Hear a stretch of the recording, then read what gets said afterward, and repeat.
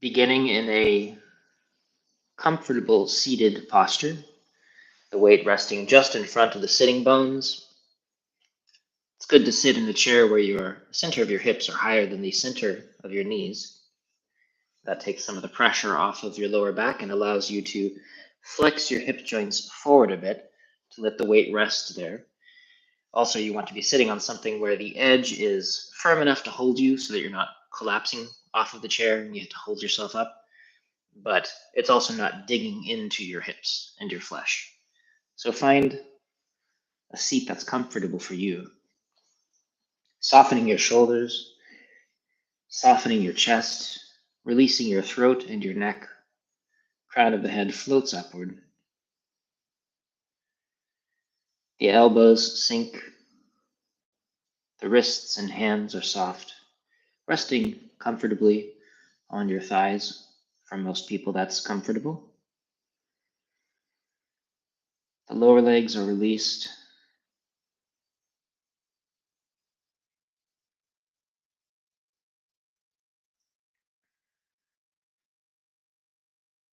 Breathing naturally and comfortably, rather than forcing your breath to push in and out of your body. Instead, make space in your abdomen, in your torso, by letting go and relaxing and making room in that area. And the breath will come in on its own.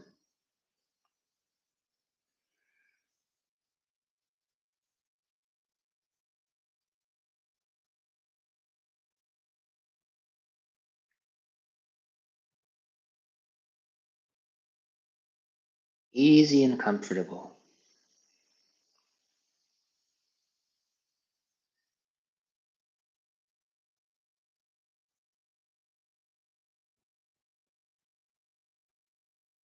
As you exhale, allow your whole body to release and relax, softening further into the posture, relaxing through your body, allowing the weight to fall through into the seat, out of your body, becoming lighter with every exhalation as the weight passes out of your body. And as you inhale, you allow that sense of stillness to deepen and become more comfortable. The mind becomes quieter. The heart becomes more peaceful. You take your time.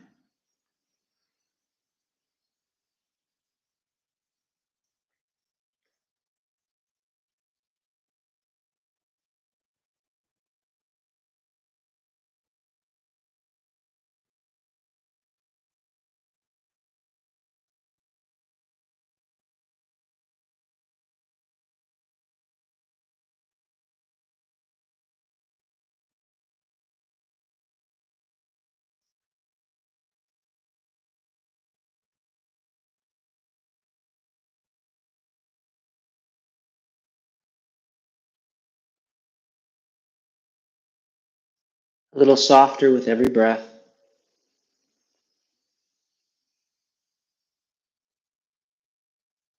Quieter and more comfortable with every inhalation.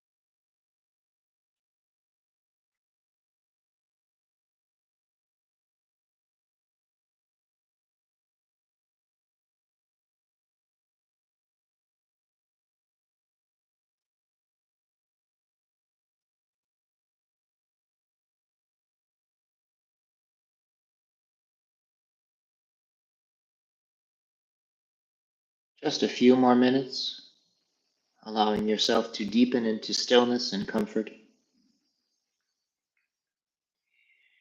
You might find that as you exhale and the weight passes through your body into the ground or into the chair, that there's a sense of lengthening. The crown of your head floats up and your spine lengthens because you're letting go, not because you're doing anything in particular.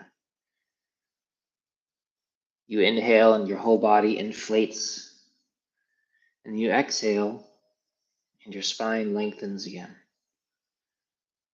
Inhaling, your whole body fills comfortably, your mind grows quiet, not because you're trying to pull in your breath, but you're just allowing space to be there. And then naturally the exhalation happens. You don't have to push it out. And as you do and you release, crown of the head floats up, and it's as though the spine releases long. See if you can find these kinds of processes and mechanics in your own body. And again, I'll say it endlessly because it's such an important aspect of our practice, that you don't try to make them happen. You allow them to occur through the process of letting go and making space for them to happen. The outcome is completely different than trying to make it happen.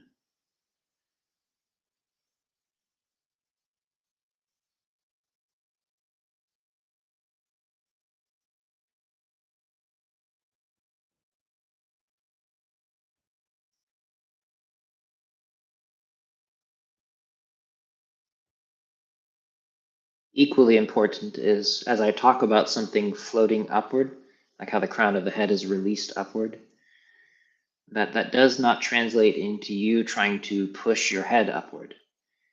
This process of pushing the chi up, pushing the energy up in the body is wildly destructive and a really big misunderstanding,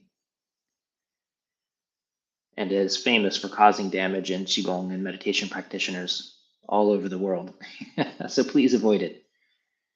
Instead, there's a releasing upward because I'm letting go of all of the holding patterns.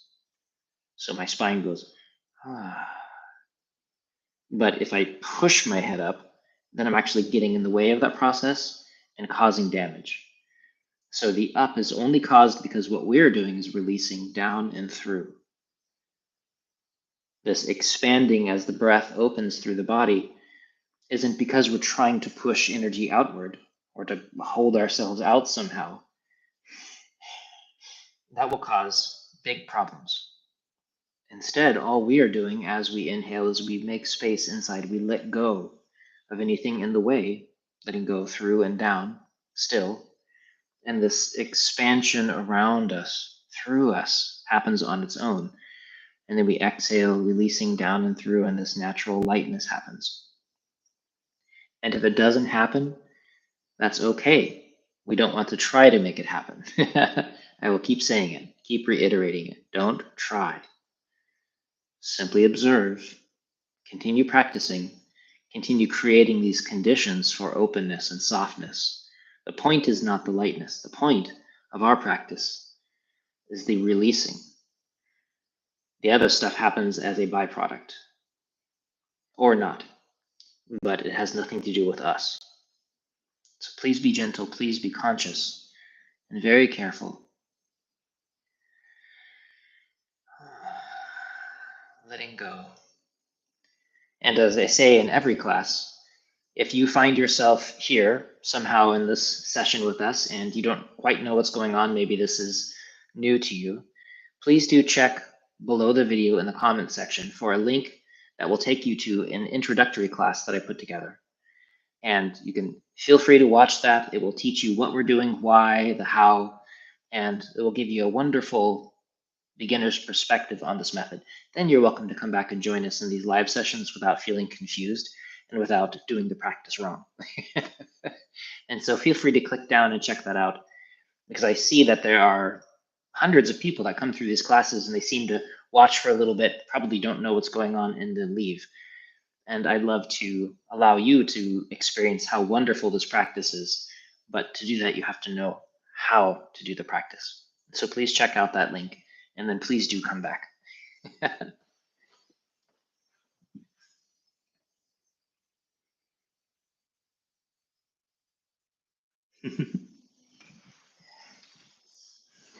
And for those of you who find yourself exhausted, I highly appreciate and recommend the method of rest as a way to create these conditions for settling and softening. Sufficient rest and nourishment is always the first place to go for healing. Qigong comes second. Okay. So I'm going to take my headphones off as we move through this series on the heads. And so if you have questions, feel free to ask them in the chat box and I'll address them afterward. But remember to allow a sense of friendliness and lightness in your touch. The awareness sinks into the layer beneath the skin, on top of the muscle, on top of the bone. Don't push too hard past it, and don't ignore it. Welcome, Del. Yeah, you and Chris are smart. It's always possible just to come back to the videos on Patreon. They're always there, or if you have these links, they're always here. And it's better to rest and to do the practice when you're sufficiently rested. Otherwise, you're just trying to push around a lack of energy. There's an exhaustion, and you're just trying to move empty space around with no chi in it. So please be gentle, please be kind. Eat some food, take a nap, come back. That's a way better way to practice. And so I appreciate that you guys are being careful.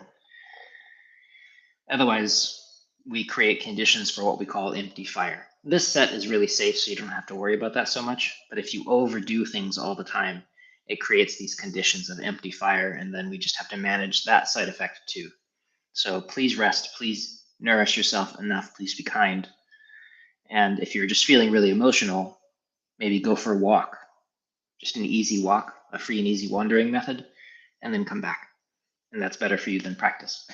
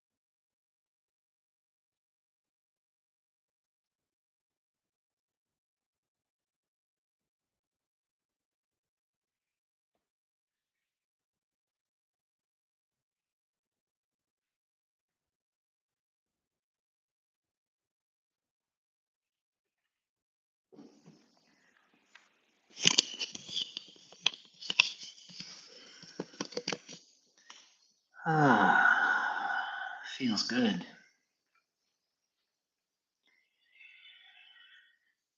So in the beginning of class today, while we were sitting, I talked about how the breath impacts the movement of the body and through the spine. Yesterday, we talked about the chongmai, that penetrating vessel that moves through the very center of the body and correlates with this deep, abiding stillness within inside us. Without that stillness, without the body being soft and settled, we cannot have access to that energy, or we just deplete it. It's one of the reasons we allow our awareness to settle into this central space, because it is one of those places where all of these energies interconnect. This is one of the so-called the strange eight, the eight extraordinary vessels, not channels or meridians. They don't flow. Vessels, reservoirs. They function differently in the body. We don't access them the same way. We don't do things with them. We nourish and protect them. And so today's that we were going to focus on is this tu mai. The tu mai is it's often referred to as the directing vessel or the governing vessel in English.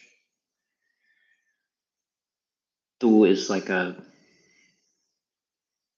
guiding leadership role, like somebody who walks you through a forest, that kind of guide, or a minister, a person in charge of something.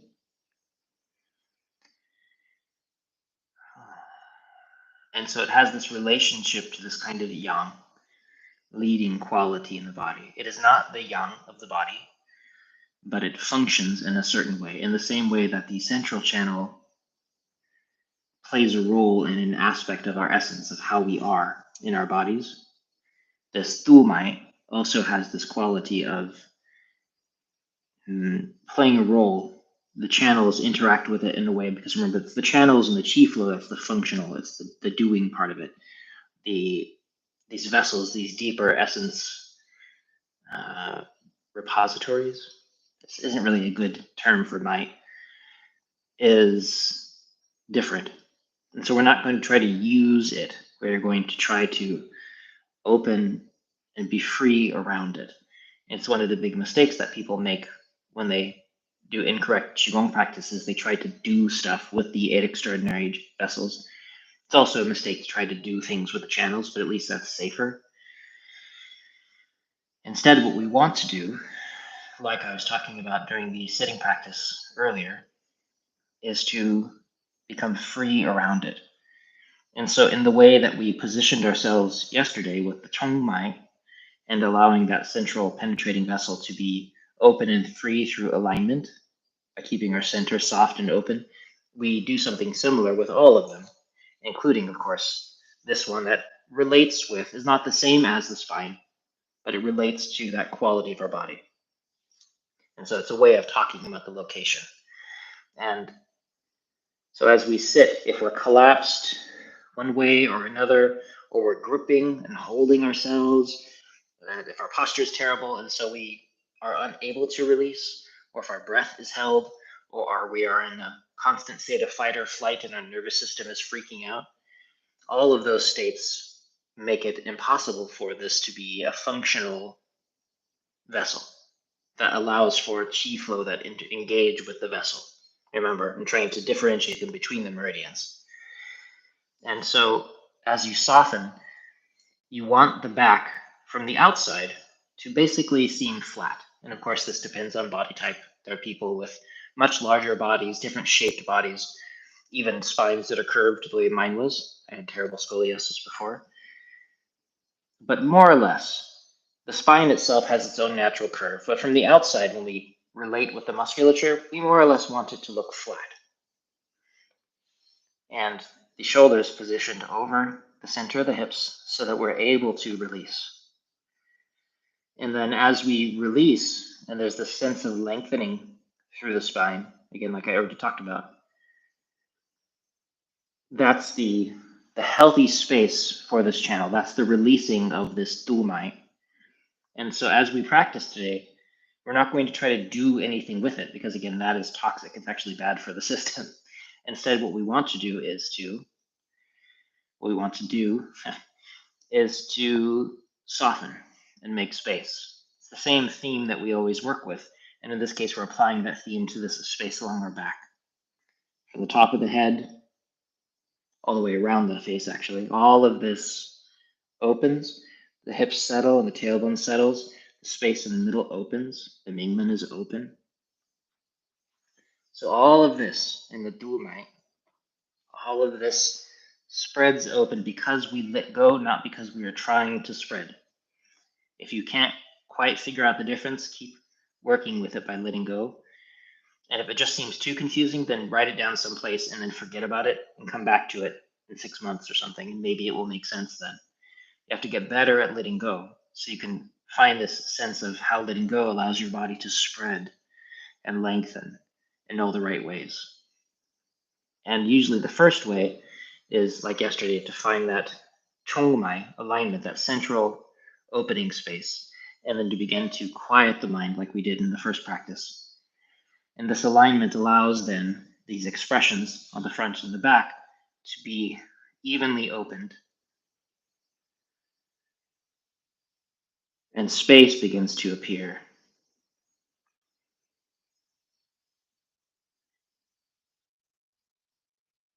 And as we practice this particular set, we become better at allowing our mind to move into our body, our awareness to soak into our body, as I say, like liquid into a sponge or ink into paper.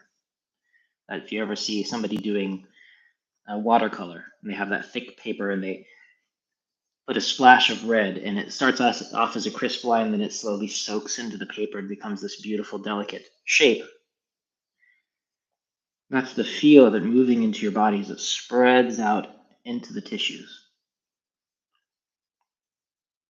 Eventually, you can allow your awareness to move between each vertebra and even allow movement. That's one of the party tricks that I would show some people sometimes, is they would pick a vertebra, put their finger on any random space between my vertebra, and I can allow it to open and close so that they can feel it.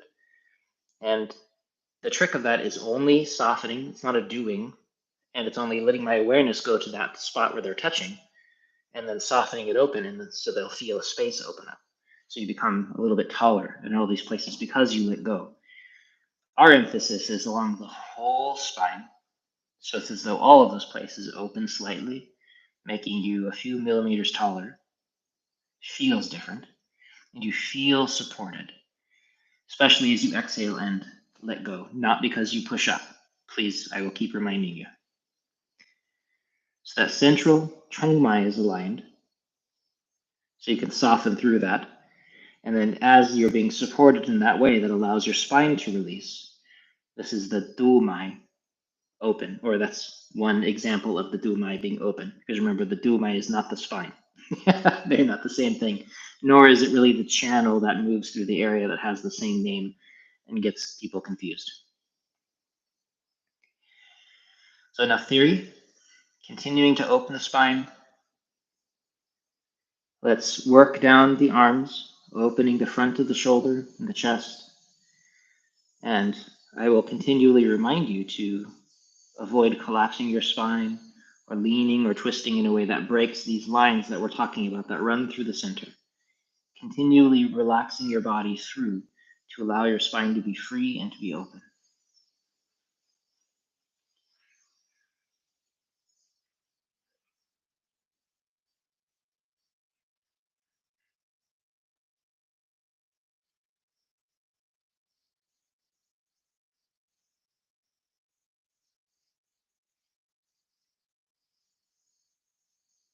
Being very safe and comfortable, easy, gentle.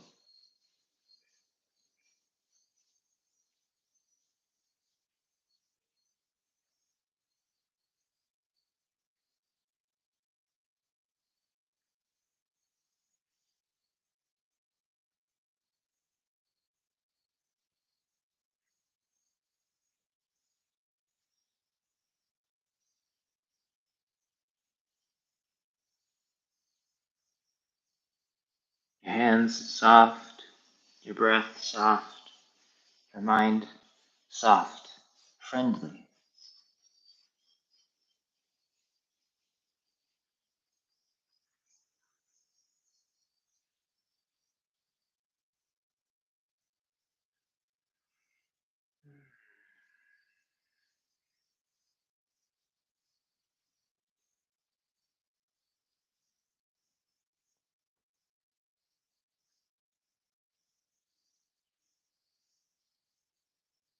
If you'd like to, you can review the 6 primary channels on the arms as we go through these points. Just recall to yourself, or if it helps you, shout at the screen which finger it goes to, perhaps where on the shoulder it connects to. Maybe the names of the points if you've been learning them.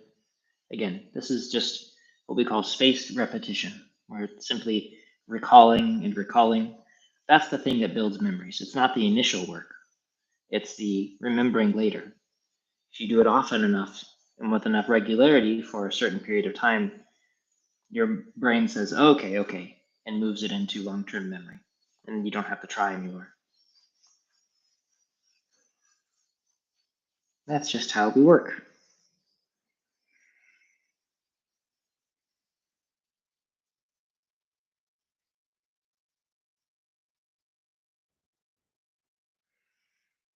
We had a question about acupressure on points in combination.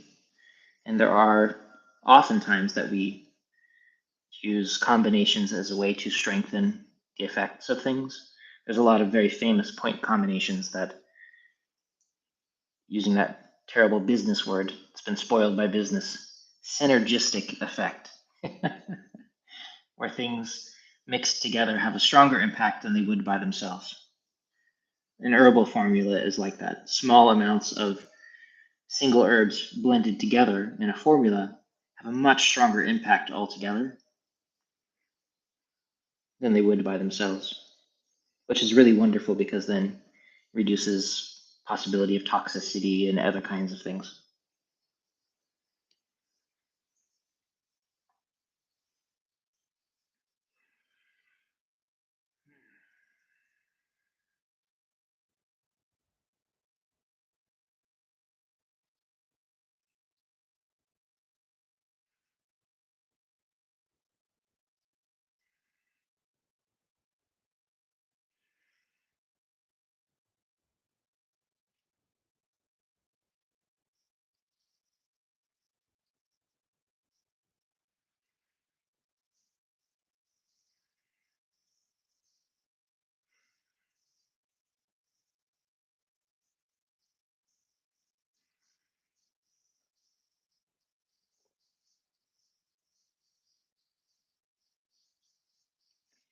If you recall, there are points in the body that tend to connect to, relate to, and resonate with, harmonize, activate these deeper reservoirs, these 8 extraordinary vessels.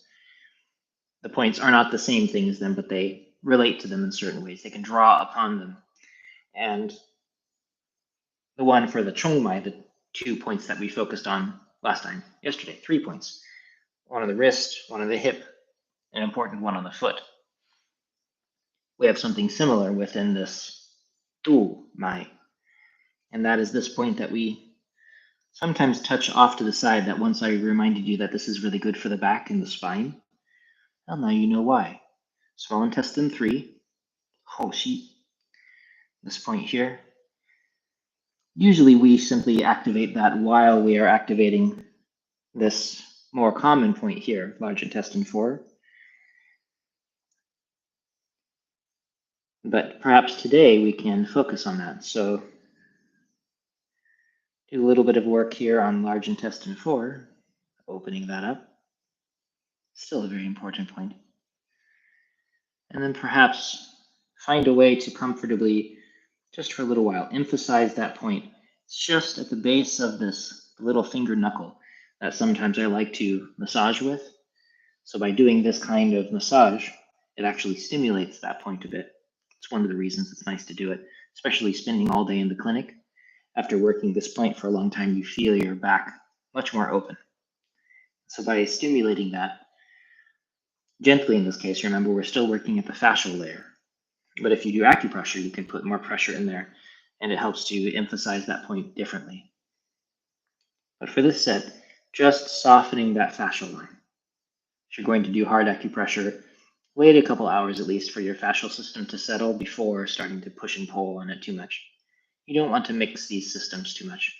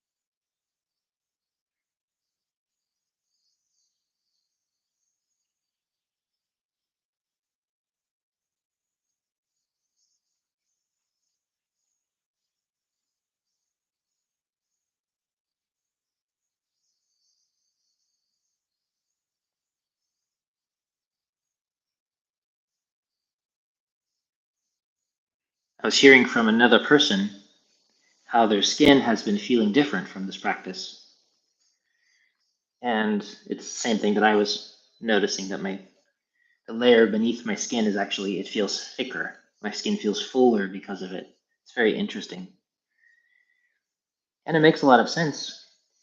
For instance, if you were to smoke a lot, you smoke cigarettes 3 or 4 times a day, or the way people do, that reduces the amount of oxygen in your body. It constricts your blood vessels, and so, especially in your face and in other places in your body.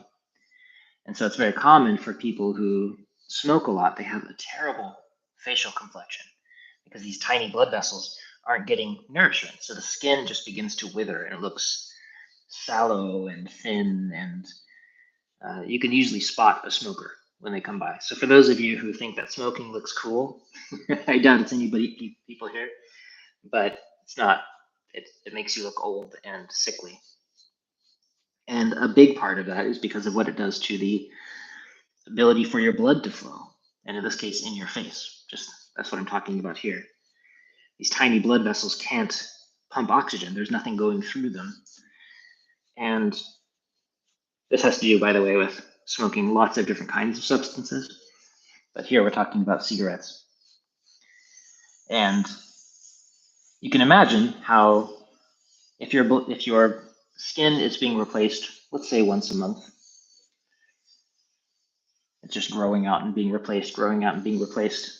If you smoked regularly for 1 month and these blood vessels were being constricted and oxygen was not reaching the skin, then you could see how it would grow and build your skin differently. Because remember, you're growing your body.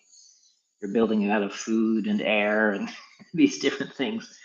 This is your food body, your air body. And that skin that is not receiving sufficient nourishment grows differently because it has to. Just in the same way that a person who's not getting enough sleep and enough food grows their body differently. And so you can imagine how after months or years, of course, of smoking, your skin physically is different. You could, take a strip of it and look it under a microscope and know that it was a smoker that you're looking at. Similarly, for somebody who hopefully doesn't smoke,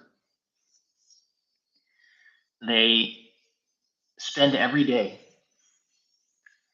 some hour or two making certain that their posture is clear, their breath is full, so they're fully oxygenated, they're calm, so that the hormones inside them change a bit. Their nervous system slows down, so their brain activity signals differently. Deep muscle repair, bone repair, skin repair can happen. And every day they do this kind of work, which nourishes the skin, nourishes the space beneath the skin, opens and heals the fascia. And then with those resources and in that state, they heal and regrow their skin. So after a month or two, as this other person also was reporting, their skin begins to feel different because it is literally different.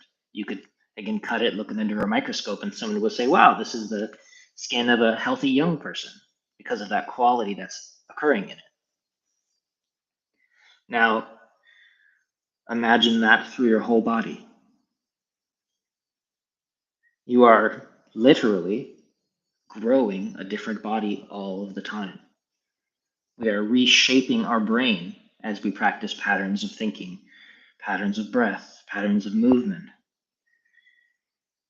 That's why sleep, food, regularity, these kinds of qualities, relaxation of the nervous system, these qualities are so important. They allow our system to move into a repair space, and then we build a new body based on this input that we're giving it.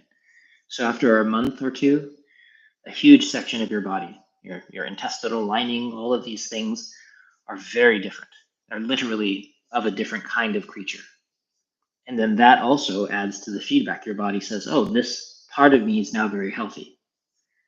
What does that mean? How does that work? Your channels are now functioning better. Your body is less restricted. These things have this wonderful feedback process in your system. Changes your hormone structure as you're more peaceful. Your nervous system is shifting. What my Shifu calls the herbs and spices in your body. And as this feeds back into your system, things change at an exponential rate. And soon, within a period of years, you have grown a completely different kind of body, a different kind of nervous system. You have changed the shape of your brain, reshaped your brain structure. Your nervous system has trained itself to function differently. Whole sections of your hormone-producing system have changed. So the application of these methods over a long period of time with regularity is hugely powerful. Do not underestimate it. Again, focusing on this spleen 3 point here, I'm just going to go like this so you can see it a little bit more easily. Gently opening that point.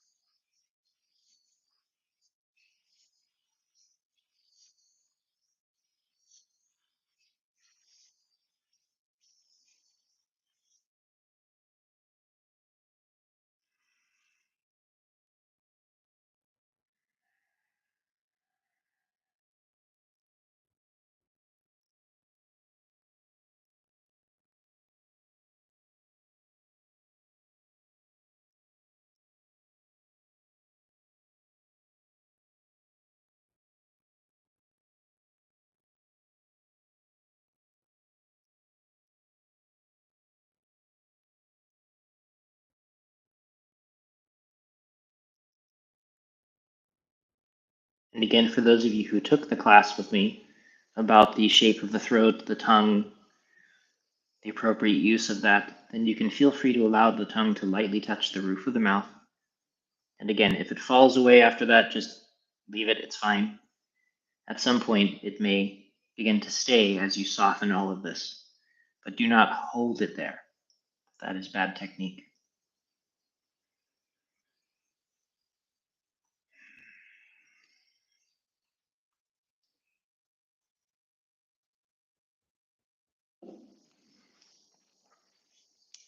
It is a beautiful day here, as you can probably see. Very sunny.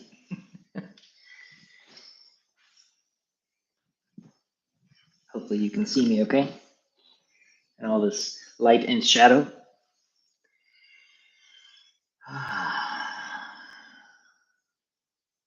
Sun is shining. It was very, very cold this morning, below freezing. Such a nice feeling when it's cold outside, but the sun is shining and warming you up. Really nice. I should have warmed this room up before coming in here, but I came in here and saw my breath when I first started class. But this practice always warms me up.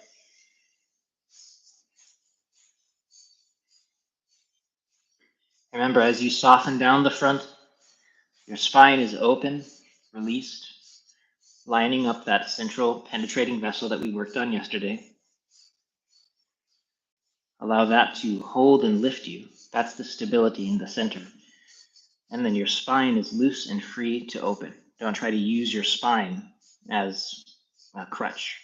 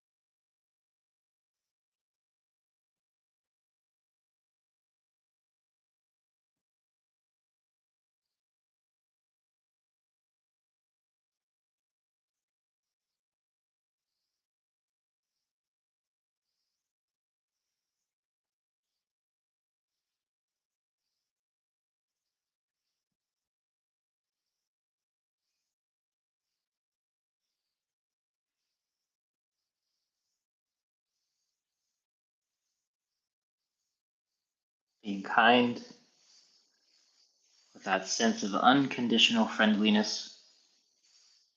Maybe a gentle Buddha's smile on your face, whatever that is.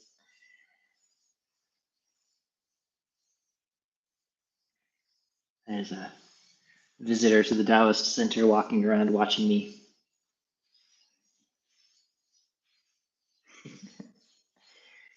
It's still the Chinese New Year. The process lasts from the new moon to the full moon, which is 15 days. So we're still in that process, and people are still visiting the main hall here every single day.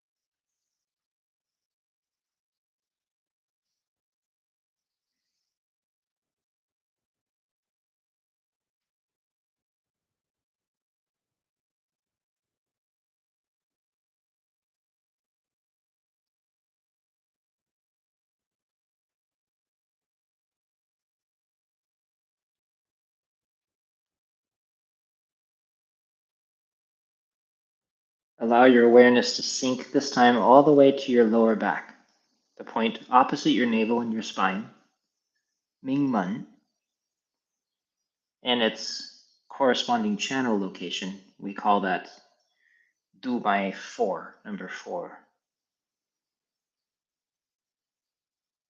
But the Mingmen is its own space, nourishing, opening the lower back.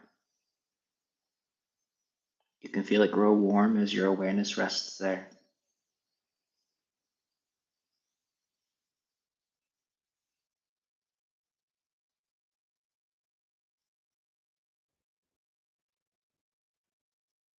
Remembering to allow your body to rest through the center, taking the weight and the stagnation out of the spine if you can. Don't try to do anything with your back. Simply allow your awareness to rest peacefully in your Mingmen for another minute or so. Let's take our time. As you inhale, the body softens open, stillness deepens. As you exhale, you release the body down. This allows the central channel, that penetrating vessel, to support you. And your spine is able to lengthen as you exhale, opening that Mingmen further. Mingmen means gate of life or the gate of destiny.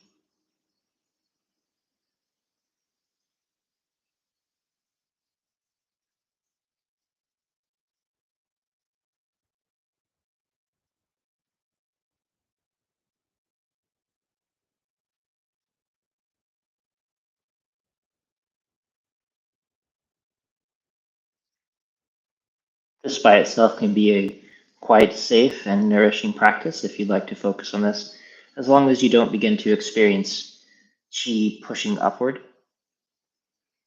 It still should just be this gentle, sinking, opening, nourishing quality. So as long as you don't have that sense of qi pushing upward, then you can feel free to do this practice every day, and it will just warm and strengthen your back, open your lower back and your spine, nourishing your kidneys. And this often can be easier for people as a point to find, to be able to feel in their body than that middle danxian, which is just in front of it.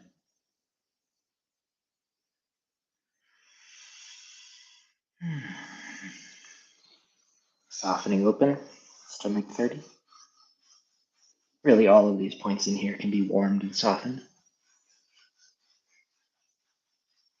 Emphasizing the downward direction to help qi soften down to the feet. That's still the main focus of this set. Releasing down the body, easing it open.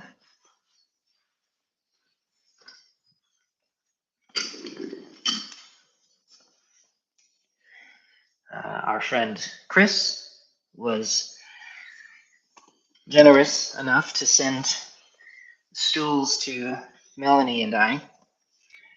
And then he was extra generous once we found this amazing stool that even Master ZhiCheng loves. That's really good for tall and slender people like he and Melanie. Chris sent more for them. Amazing. So everyone, send your appreciation to him for being so supportive of these methods. Everything that we do is through donation like this. And so constantly, as my ability to record and to teach classes expands, the more people support me, the easier it is to continue doing that work. I really appreciate it.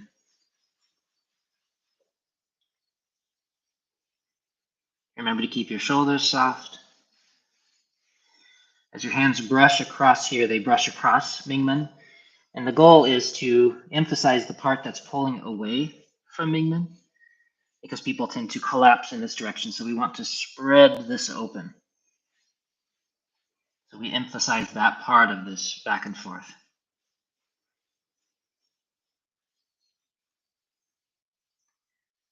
Still warming and nourishing the area on the kidneys. This line across the back corresponds to the energy of the kidneys in Chinese medicine.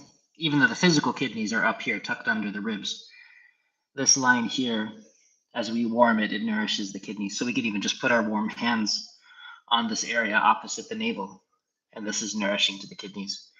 Just doing this was fantastically helpful for me when I had constant weakness and lower back pain. And then this movement up over Mingmen, up this Du Mai. Please do not try to send energy upward. The main emphasis still is here to open and soften the back and to allow warmth and fresh qi to soak in, not to send energy up. That causes problems. It's easy to use these methods as a way to injure ourselves, so I will keep reminding you.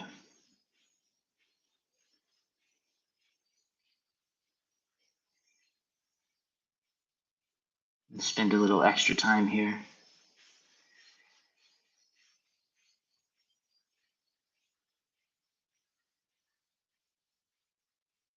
Remember, we also worked on these points at the base of the neck. This is Du 14. Da Zhui, the great hammer. All the way up the neck here. We worked the very first point here, top of the head, is Du 20. Bai Hui, the 100 meetings, the gathering point. And here, Mingmen, and as well as the tailbone here, the channel goes all the way down. You can let your fingertips touch that point at the tip of the tailbone. Again, it's much easier if you are beneath your clothing and not on camera.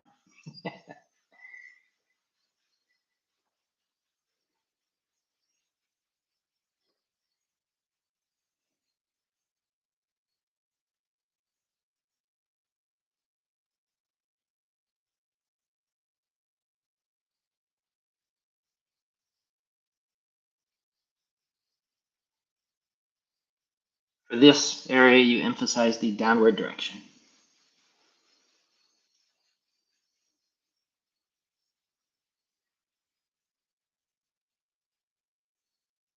Softening open, warming, releasing adhesions and fascial weakness around the tailbone. Softening off to the sides, releasing the center of the glutes.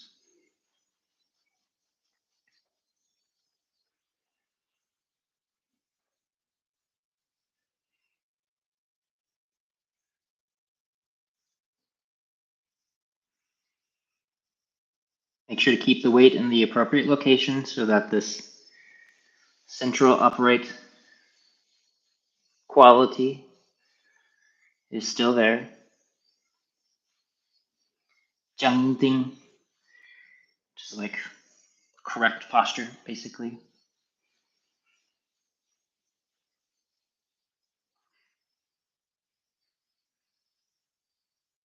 And then there's Ding Jing, which is that sense of lightness and lengthening upward with the head that hopefully good posture helps to create for us.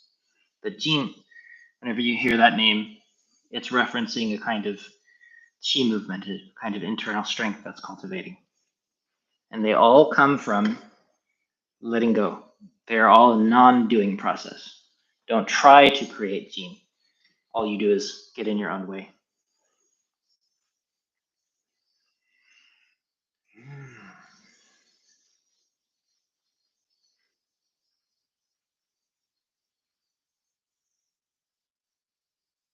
Softening the points around the knees.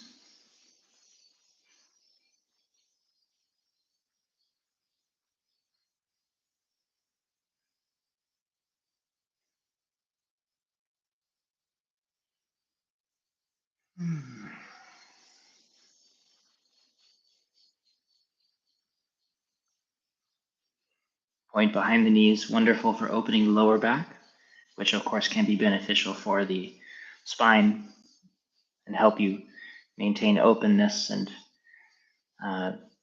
wholeness of the Du-mai. Can't really say flow of the Du channel because that's not really what we're looking for.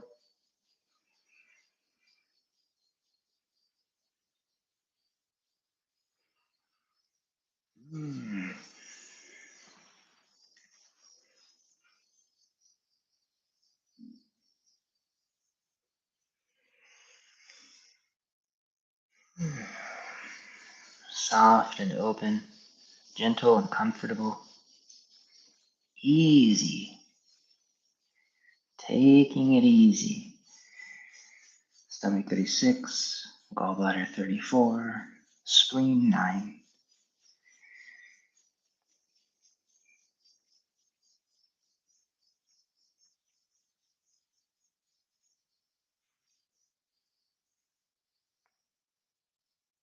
Remember that we are softening our hips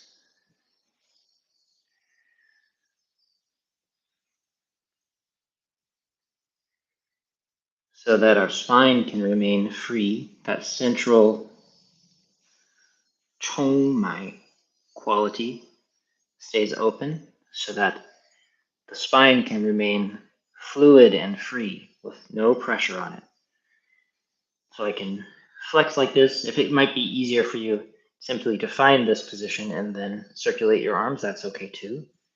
Whatever it is that allows you to soften your lower back, your hips, your upper spine, your neck, all the way to the crown of your head. You want to feel weightless.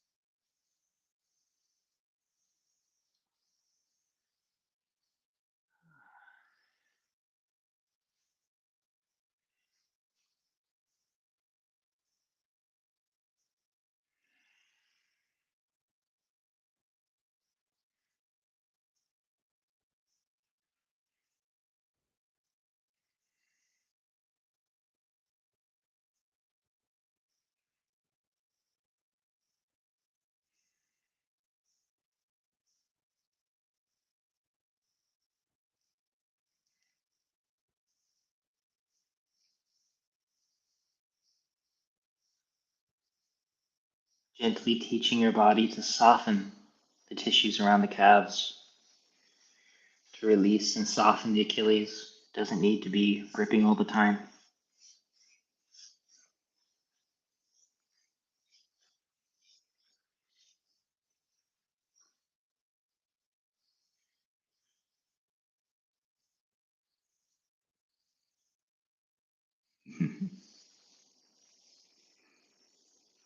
Lots of visitors.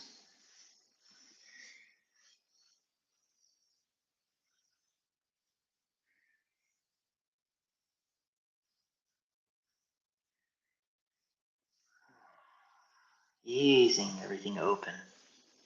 Teaching your body that it's okay to open and be soft. Remember, if you feel like your tissues are hard, stuck to your bone, your joints are closed and tight, that's a state of ill health. That's a symptom of imbalance.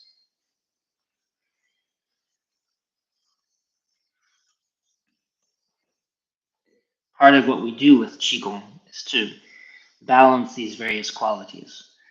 The quality of being loose and open, having this free flow through the whole body, that has to be balanced by the ability to keep our joints connected. Everything should be tight enough so that everything stays connected and healthy, interconnected, integrated, that kind of drawing together quality, rather than your tissues hanging off of your body or your joints coming loose and dislocating.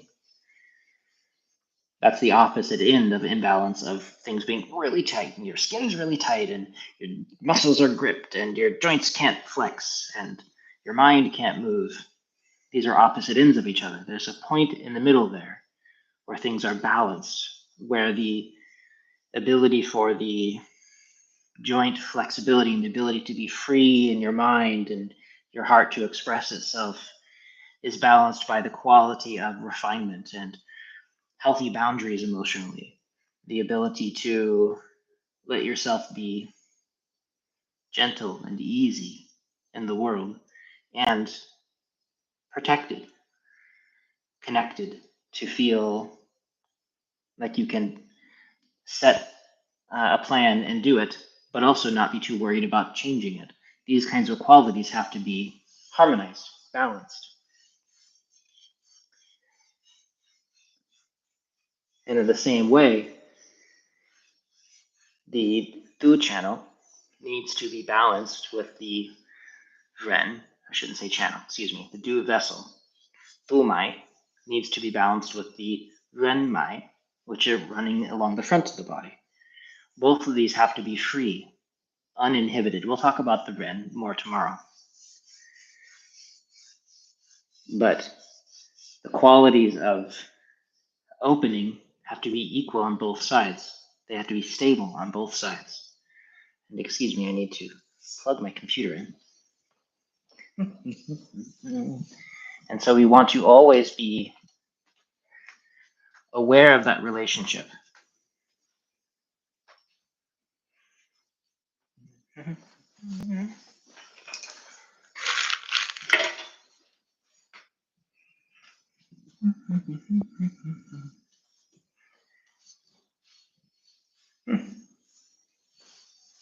Maybe I forgot to bring my cord. If I disappear, I did not end the class.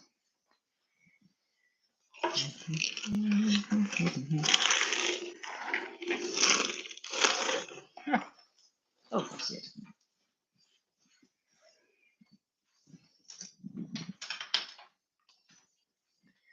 I was filming earlier the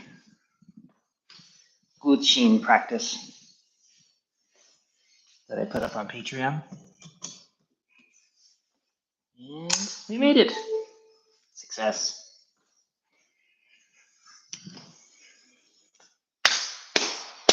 Allow me to show you one point here.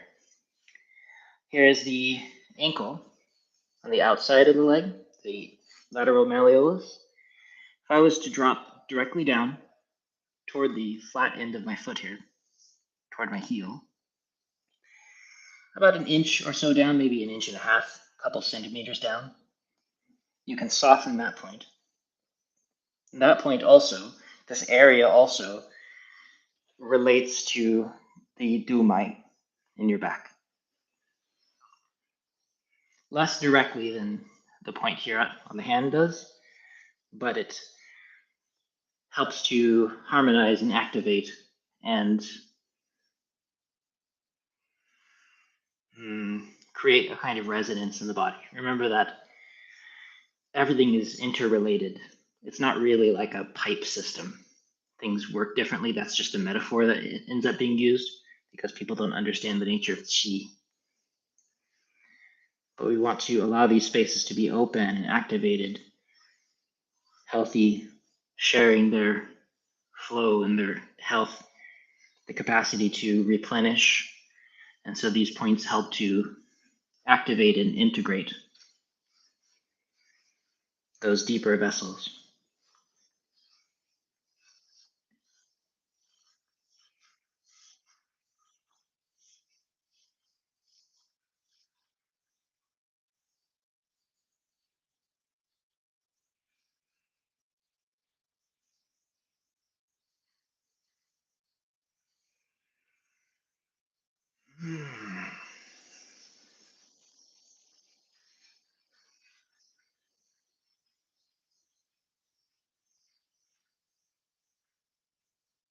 Continuing to keep the neck open, even while you are, if you are able to, reach your feet.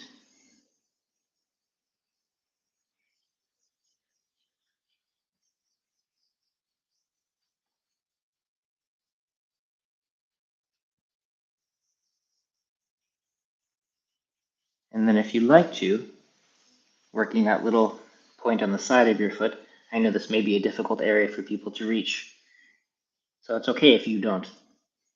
This is just to help learn these useful areas. And for some people that have spent a lot of time rolling your ankles in the past, this might be a useful area to spend time with anyway. This point here and the spleen 6 point on the opposite side are actually very commonly used to help heal people who have sprained their ankles quite often.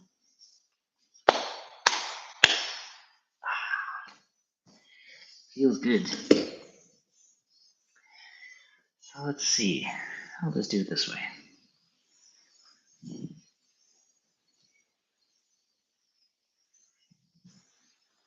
Softening your hips.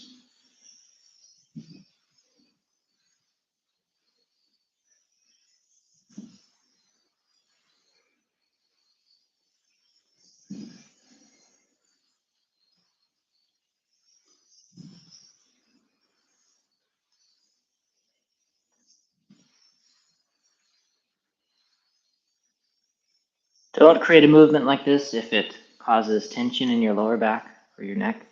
Find a different way.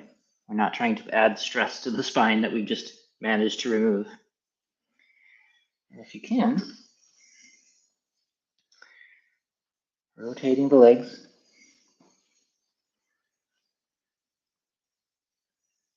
All of this circulates all the way up to the base of the legs.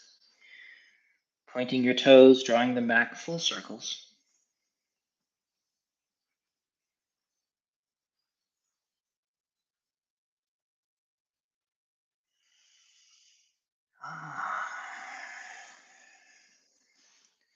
And we can also do that movement that, again, if I use my hands to demonstrate what my feet are doing. Little toe, big toe touching the ground. Arching over your foot, helping to reinstate that arch and that healthy movement with the toes. The center of the foot. Don't do this if it causes spasm or cramping or any other kind of tension or discomfort. Just begin to include it in your daily life. As well as this spreading your toes open and moving. If you find yourself wearing shoes that force your feet into an awkward position, forcing your ankles to roll or your feet up like high heels, or shoes that have pointy tips that force your toes together, please replace them with something that allow your feet to spread out and become strong and to begin healing. This is the literal foundation of your body in the biomechanical sense, and this has to be open and stable for the rest of your body to relax and to heal. Shoes are very important. Keeping your feet warm and healthy, very important.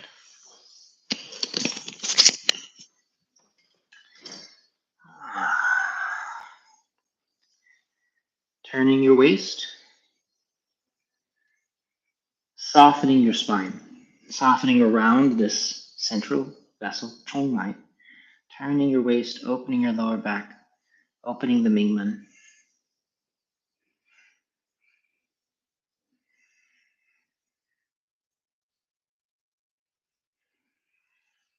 Relaxing.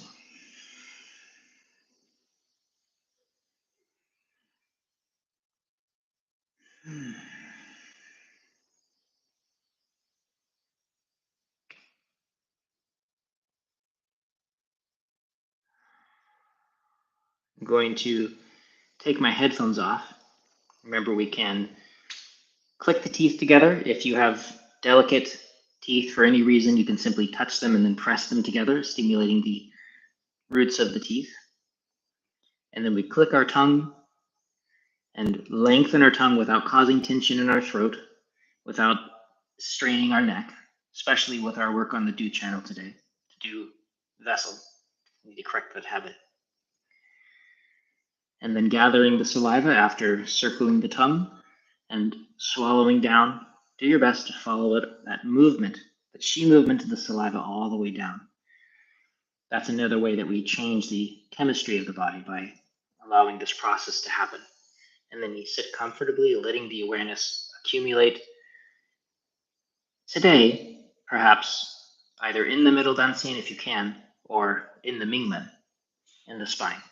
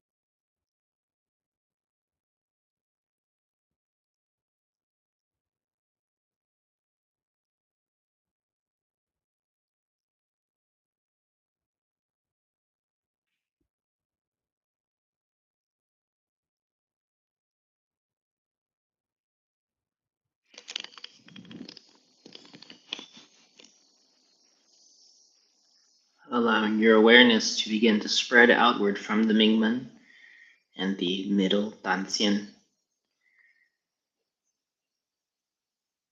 to include your whole body, especially this layer of the body that we've been releasing, the Suo Li. And then out past the body into the space around you, as though it's all included, but anchored in your center.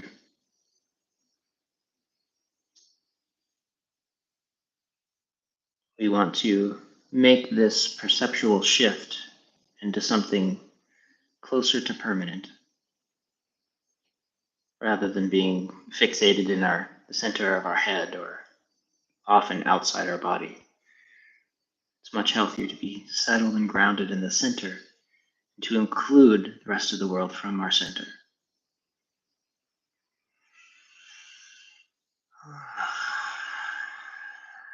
Thank you very much. Nice to have you. And if there are any questions, I'm happy to respond to them as best I can. I can be here for just a short time today. Looks like Melanie came by and got to say hi to us. I'm glad you like the Chinese. I'm doing my best. Hey, Mel is still here. That's nice. Yeah, it's so helpful to study the Chinese. Most of the Chinese that I know is this traditional, either medical or Daoist language. I can't read newspaper. I can barely have a conversation. I actually can't have a conversation. But I can understand deep discourse and read the scrolls on the walls. So I'm currently working on balancing that out. Speaking of balancing between different methods by studying more conversational Chinese. Mel, did you join us for the whole class? I thought you were working.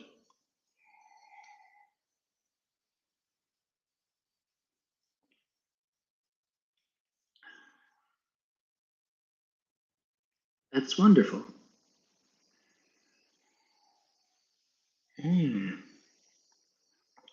Green tea that was donated to us from the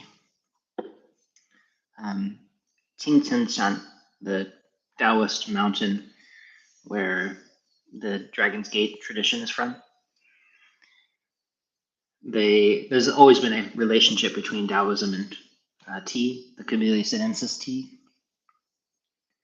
And the story that I've heard it, the way I've heard it, is that during the Cultural Revolution, when everything was being destroyed whole, I mean, it's a great tragedy of history that whole ancient traditions were lost.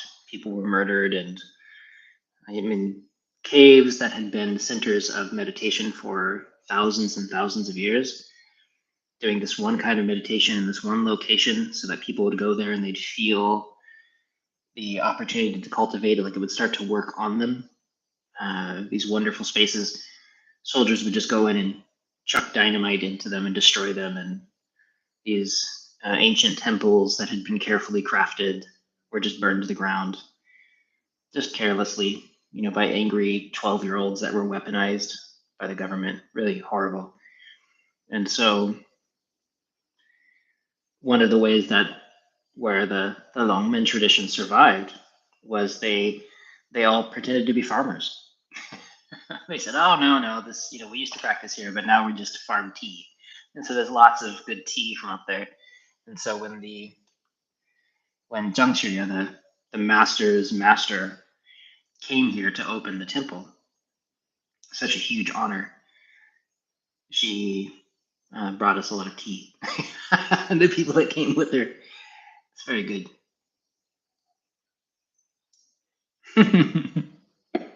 No tea for you. I'm glad that you all came. Looks like there's no questions. In which case then, enjoy your practice. Thank you for coming. Keep your spine open.